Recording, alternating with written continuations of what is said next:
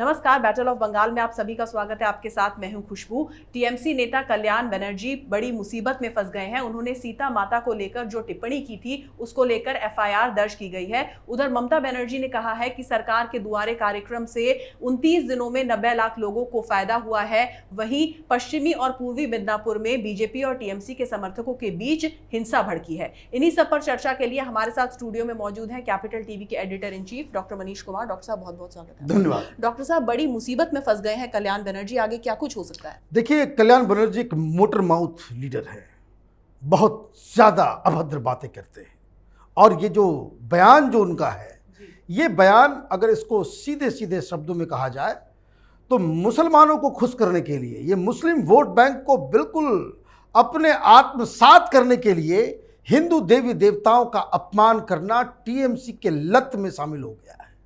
ये इस तरह की बात है। इन्होंने क्या कहा, अब आप देखिए, उनकी भाषा को देखिए कि राजनीति, धर्म और हिंदुओं का अपमान एक ही सेंटेंस में जो उन्होंने पूरी तरीके से उसका एक कॉकटेल उन्होंने बना दिया। उन्होंने कहा कि सीता माता रामचंद्र जी को बोल रही हैं कि वो तो अच्छा हुआ कि हमको रावण ने हरण कर लिया था। अगर ये तुम्हारे भक्त, ये गेरुआधारी लोग, अगर इन लोगों ने मेरा हरण किया होता तो मेरी हालत यूपी के हाथरस वाली जैसी हो जाती। अब आप समझे, आपने सीता माता, रामचंद्र जी, इनका अपमान तो क्या ही, आपने इसे हाथरस पहुंचा करके आपने पॉलिटिकल स्कोर जो है वो करने की कोशिश की। और ये किस लिए? ये किस लिए? ये मुसलमानों की तालियां, मुसलमानों का समर्थन, मुसलमानों का वोट, इसके अलावा तो कुछ नहीं। जो कोई सुनता, अब ये मैं आपको बता दूं, ये पहले बंगाल में वामपंथी, ये तो अभी बदल गया है माहौल, देश बदल गया है, लोग बदल गए हैं, सोचने की जो तरीका है हिंदुस्तान का वो बदल गया है। तब हमें इस तरह की बातें अब बुरे लगने लगी है। पहले तो बुरी भी नहीं लगती थी। फिल्मों में देखिए, उपन्यास में देखिए, टेलीविजन में देखिए, ये थर्ड ग्रेड कॉमेडियंस को देखिए, हिंदू देवी देवताओं का अपमान वो धड़ल्ले से करते थे और हम लोग भी मूर्खों की तरह हंसते थे। अभी भी बहुत सारे हैं। और अगर इनको कह दें कि आप यही काम किसी दूसरे धर्म वालों के साथ अगर करके दिखा दो, इनकी सारी राजनीति जो है उसकी वहीं पे हवा निकल जाएगी। और ये आप बंगाल में इस तरीके से करेंगे बस इसलिए कि वहां पे 30% मुस्लिम वोटर्स हैं, ताकि ये मुस्लिम वोटर्स जो हैं वो किस लिए कर रहे हैं? ये बीजेपी के खिलाफ भी नहीं, बीजेपी के खिलाफ लड़के ये दिखाना चाहते हैं कि यही सबसे बड़े बाहुबली आ गए हैं, मोदी और अमित शाह से भिड़ने वाले। दरअसल इनको डर सता रहा है इस बात का कि कहीं ये ओवैसी और अब्बास सिद्दीकी इनकी वोट को काट न ले। कहीं मुर्शिदाबाद, मालदा में जिस तरीके से कांग्रेस पार्टी और वामपंथियों का एक गढ़ रखा हुआ है, वहां पे बहुत सारी सीटें हैं, कहीं वहां पे मुसलमानों के वोट जो है वो बट न जाए और ऐसी स्थिति में भारतीय जनता पार्टी जीत जाएगी। तो ये लगातार इस बात के ऊपर किया जा रहा है, लेकिन इनको अभी तक ये इतनी ज़्यादा जनता से कटे हुए हैं, जनता से ये इस तरीके से ये लोग कट गए हैं तृणमूल वाले, कि इनको समझ भी नहीं आ रहा कि उनके एक इस बयान से बंगाल में जो हिंदू इसको सुनता है, अब उनको ये एहसास हो जाता है कि ये राजनीति हिंदुओं का मजाक उड़ाने वाली राजनीति है। और ये बदलाव जो आया है इसका समझ ये तो कांग्रेस पार्टी समझ नहीं सकी, 44 और 53 पे आ गई। तृणमूल ठीक वही गलती कर रही है। और अगर इस तरह से कल्याण बनर्जी और बाकी लोग जिस तरह का बयान दे रहे हैं, हिंदू देवी देवताओं का मजाक उड़ा रहे हैं, तो वो तो गए। और आप किसकी बात कर रहे हैं? पूरे बंगाल में हर जगह बीजेपी जहां जा रही है वहां बीजेपी जिंदाबाद, मोदी जिंदाबाद का नारा नहीं लग रहा। जय श्री राम का नारा लग रहा है, और जय श्री राम के साथ आप भगवान रामचंद्र के साथ ही आप इस तरह के अभद्र बातें आप जोड़ देंगे और आप सोचते कि आप चुनाव जीत जाएंगे। तो ये एक बड़ी समस्या है जो इन सेकुलर पार्टीज को अभी न्यू रियलिटी के साथ एडजस्ट करना पड़ेगा। जी, और ममता बनर्जी जिस तरीके से दावा कर रही हैं कि 29 दिनों के अंदर जो उनका द्वारे कार्यक्रम था उससे 90 लाख लोगों को फायदा हुआ है, कितना सही है उनका दावा? देखिए, सही झूठ क्या होगा, ये तो राजनीति का समय है, चुनाव का समय है। एक दिन पहले खबर आई कि भाई 73 लाख घरों में जाकर के एक मुट्ठी चावल का प्रयोजन जो हो जाएगा, तो भारतीय जनता पार्टी 73 लाख लोगों तक पहुंचेगी, 73 लाख किसानों तक पहुंचेगी। तो इनको कुछ न कुछ वो आंकड़ेबाजी जरूर करनी है कि 73 से ऊपर कुछ बताओ, ऐसा कुछ 80 कुछ 90 लाख के आसपास आप कुछ आंकड़ा बताओ और कुछ के साथ उसको लपेट दो। मीडिया आपके पॉकेट में है, वो छाप देगा, वो छप रहा है। इतना ज़्यादा प्रो पीपल ममता बनर्जी होती तो अभी इस तरह के चक्रव्यूह में, इस तरह के दलदल में नहीं फंसी हुई होती।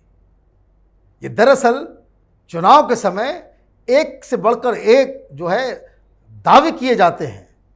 वो मैंने पिछले बैटल ऑफ बंगाल कार्यक्रम में मैंने बताया था कि भाई ये एक ऐसा प्रोग्राम बीजेपी ने लॉन्च कर दिया है कि आप 73 लाख किसानों के घर चले जाएंगे, आदिवासियों के घर चले जाएंगे, 40,000 आप ग्राम सभाएं करेंगे। तो इसका क्या उपाय होगा? और जब तक ये उपाय ढूंढेंगे, ये तो बता रहे कि भाई तो 1 महीने के अंदर में ये कार्यक्रम को खत्म कर देना है, 1 महीने के कार्यक्रम में ही इसको खत्म कर देना है। और अगर मान लीजिए 50% भी सक्सेसफुल होता है, हम ये नहीं करें कि 73 लाख घर में ये चले गए, ये 20,000 रैलीज भी अगर जो है ग्राम सभा इन्होंने कर दिया, काम हो गया इनका। तो ये एक इसके खिलाफ प्रशांत किशोर कुछ नया प्रोग्राम बनाए, खटिया पे चर्चा या कुछ और इस तरह का, तो उससे पहले पब्लिक को भरमाने के लिए आपको कुछ न कुछ तो मीडिया में डालना होगा। तो ये जो आपने खबर बताई वो उसी का एक रिस्पांस है। और मनीष जी, जिस तरीके से पूर्वी और पश्चिमी मिदनापुर में हिंसा हुई है टीएमसी और बीजेपी के समर्थकों के बीच, तो शुभेंदु अधिकारी का कहना है कि इस तरीके से बीजेपी को ही फायदा मिलेगा। आपको भी ऐसा लगता है? देखिए, जब लड़ाई टक्कर की होगी तो दोनों तरफ से हिंसा सिर्फ एक साइड से नहीं हो रही, हिंसा अब दोनों साइड से हो रही है।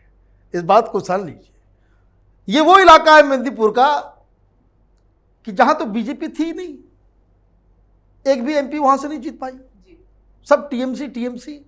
और वहां पे अब सड़क पे लड़ाई हो रही है, बराबरी की लड़ाई हो रही है। जब टीएमसी वाले ये कह रहे हैं कि बीजेपी वाले हिंसा भड़का रहे हैं, तो मतलब ये है कि वहाँ पे चुनाव अभी 2-3 महीने बाकी हैं और सड़क पे बीजेपी और टीएमसी आमने सामने बराबर की लड़ाई लड़ रही है। मतलब जैसे मैं बार बार कहता हूँ कि ये इस तरह की चीज़ों को समझना बड़ा ही आसान है। अभी आप देखिए, इस इलाके में वामपंथियों का वर्चस्व हुआ करता था कभी, तो जब टीएमसी आती थी तो टीएमसी और वामपंथियों के बीच इसी तरह से खूनी खेल चलता था। बम, गोली, मर्डर, हंगामा, मारपीट, दंगा फसाद, ये सब हुआ करता था। लेकिन अभी कांग्रेस पार्टी, वामपंथी, सीपीएम, सीपीआई, फॉरवर्ड ब्लॉक, इसकी कोई लड़ाई कहीं हो नहीं रही। मतलब साफ है कि ये साइड हीरो हो गए। तो ग्राउंड में ये लड़ाई हो रही है। ये लड़ाई आगे और हिंसक होगी, क्योंकि लड़ाई जो है वो बराबर का मुकाबला चल रहा है सड़क पे। और इसीलिए ये जो कहा जा रहा है कि जो माहौल बदल रहा है, उसका ये नतीजा है कि ममता बनर्जी को अपने ही गढ़ में, जहां इनका सबसे ज़्यादा प्रभुत्व है, वहीं पे वो फंसती हुई दिखाई दे रही है। और जिस तरीके से पुरुलिया में जब सभा कर रहे थे शुभेंदु अधिकारी, तो वहां पर भी टीएमसी ने माहौल खराब करने की कोशिश की। तो शुभेंदु अधिकारी अब ये कह रहे हैं कि जिस तरीके का रिस्पांस बीजेपी को बंगाल के अंदर मिल रहा है, तो उससे दिमाग खराब हो गया टीएमसी। देखिए, ये बात सही है कि शुभेंदु अधिकारी जहां जहां जा रहे हैं वहाँ उनको बहुत बढ़िया रिस्पांस मिल रहा है। और टीएमसी तो, और ये टीएमसी का गढ़ है। और सबसे अहम बात जो इसमें समझने की ये है कि ममता बनर्जी और प्रशांत किशोर ये किस तरह के राह पे चल रहे हैं, ये समझ में नहीं आ रहा। शुभेंदु अधिकारी और उनका एक भाई बीजेपी में आया जो कोंताई का कमिश्नर था, लेकिन और भी तो एमपीज हैं उनके परिवार से, उनको ममता बनर्जी नेग्लेक्ट कर रही है, उनको एलिनेट कर चुकी है।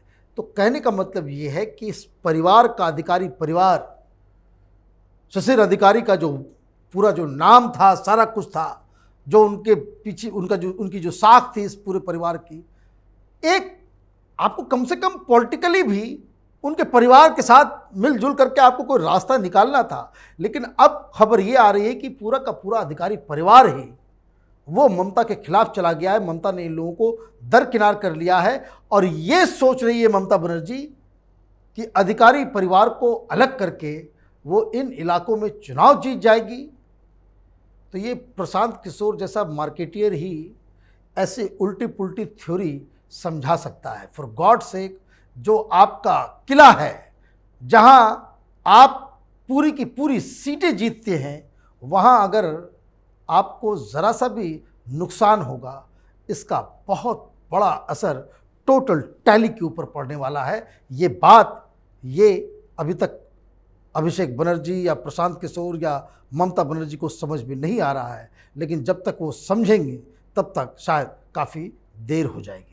जी मनीष जी, बहुत बहुत शुक्रिया तमाम जानकारी के लिए। धन्यवाद। तो ममता बनर्जी अक्सर ये कहती रहती हैं कि जो बीजेपी है वो धर्म को लेकर राजनीति करती है, हिंदू मुस्लिम की राजनीति करती है, लेकिन जब भी वो ये कहती हैं तो उन्हें जरा अपने गिरेबान में झांककर देख लेना चाहिए, क्योंकि जो उनके मंत्री हैं कल्याण बनर्जी, जिस तरह की स्टेटमेंट उन्होंने यहाँ पर सीता माता को लेकर दी और उनके अगेंस्ट जो FIR दर्ज हो गई, तो ममता बनर्जी को ये जान लेना चाहिए कि जो टीएमसी है वो ना सिर्फ हिंदू मुस्लिम राजनीति करती है, बल्कि अपनी राजनीतिक रोटियां सेकने के लिए किसी भी हद तक गिर भी जाती है। अगर आपको हमारा वीडियो पसंद आया तो इसे लाइक करें, शेयर करें और कैपिटल टीवी को सब्सक्राइब करें। नमस्कार।